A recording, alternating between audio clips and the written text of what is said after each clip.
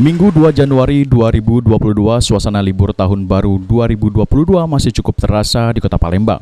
Pasalnya meski Senin mendatang semua orang harus mulai beraktivitas kembali, sejumlah wisatawan masih terpantau mendatangi dermaga perahu wisata yang berlabuh di bantaran Sungai Musi. Hal tersebut secara tidak langsung membawa angin segar bagi para penyedia layanan perahu wisata yang ada. Herman, salah satu sopir perahu wisata, mengatakan pada musim libur ini dirinya dapat mengangkut rombongan wisatawan berjumlah 10 orang 2 kali dalam sehari. Sementara pada hari biasa paling banyak hanya 1 kali, bahkan terkadang tidak ada sama sekali. Tawan pakai perahu ketek Banyak. berapa sehari kita baca ngangkut bang? Sehari itu paling-paling lah 2 kali dan 1 hari sekali. 1 hari sekali. Ya, dia penting tuh 1 kali itu lah sehari. Oke. Ya, Berapa banyak biasanya penumpangnya Pak?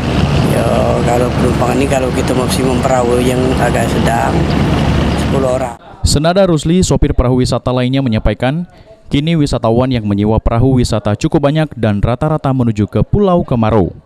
Dalam sehari 2 rombongan penumpang dapat diantarkan ke berbagai spot wisata yang ada dengan tarif kisaran Rp200.000 untuk menyewa perahu. Yo, mungkin nak nyari itu penumpang ini dah baca kita dipasti ke berapa hari sekali tarik tidak. Rata-rata ya Pak? Iya, rata-rata paling 2 kali. 2 kali ya Pak ya?